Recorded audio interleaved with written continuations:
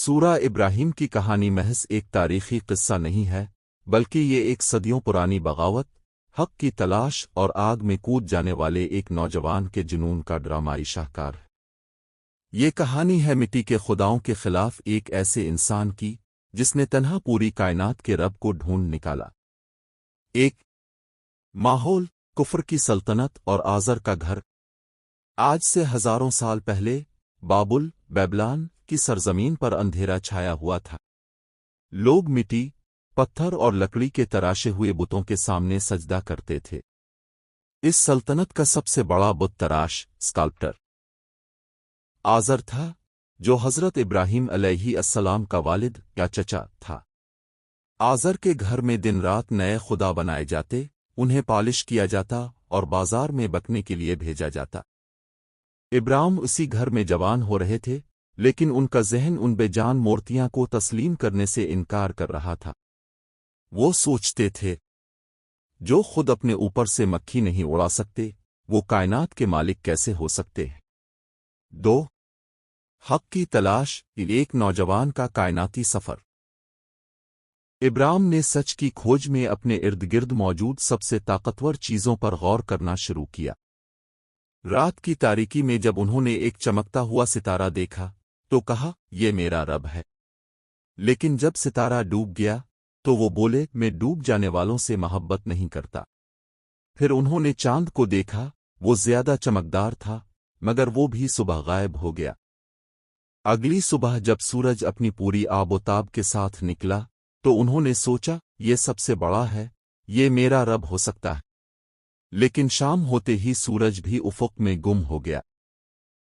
تب ابراہیم کا دل پکار اٹھا، میں نے اپنا رخ اس ذات کی طرف کر لیا جس نے زمین اور آسمانوں کو پیدا کیا، اور میں شرک کرنے والوں میں سے نہیں ہوں۔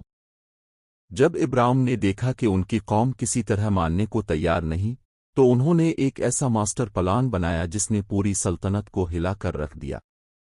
شہر میں ایک بہت بڑا تہوار تھا اور پوری قوم شہر سے باہر جشن منانے گئی ہوئی تھی۔ ابراہیم بیماری کا بہانہ بنا کر پیچھے رک گئے۔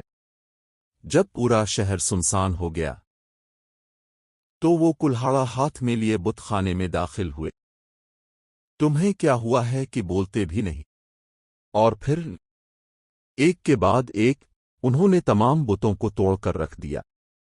لیکن انہوں نے ایک سمارٹ موو کھیلی، سب سے بڑے بت کو ویسے ہی چھوڑ دیا اور کلہاڑا اس کے کندھے پر لٹکا کر واپس آ گئے۔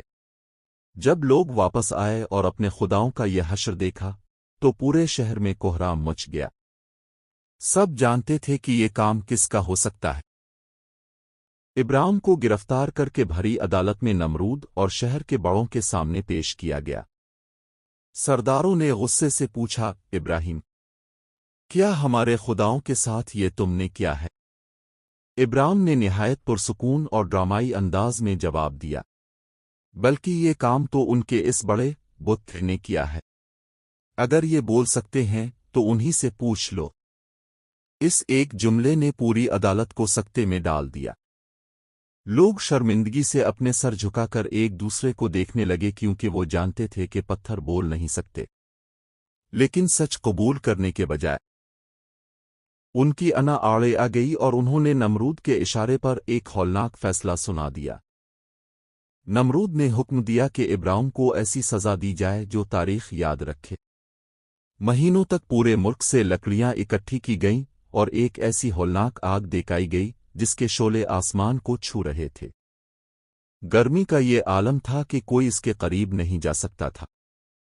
ابراہیم کو ایک منجنیق کیٹپلٹ میں باندھا گیا تاکہ انہیں دور سے آگ میں پھینکا جا سکے۔ جب انہیں ہوا میں اچھالا گیا تو کائنات تھم گئی۔ روایات کے مطابق فرشتے تڑپ اٹھے۔ حضرت جبرائیل علیہ السلام ہوا کے دوش پر آئے اور پوچھا، ابراہیم، کیا کوئی حاجت ہے؟ ابراہیم کا جواب ایک سچے عاشق اور مومن کا جواب تھا، تم سے کوئی حاجت نہیں، میرا اللہ میرے لیے کافی ہے اور وہ بہترین کارساز ہے۔ جیسے ہی ابراہیم کا جسم اس دہکتی ہوئی آگ میں گرا، اللہ پاک نے آگ کو حکم دیا، اے آگ، ٹھنڈی ہو جا اور ابراہیم کے لیے سلامتی بن جا۔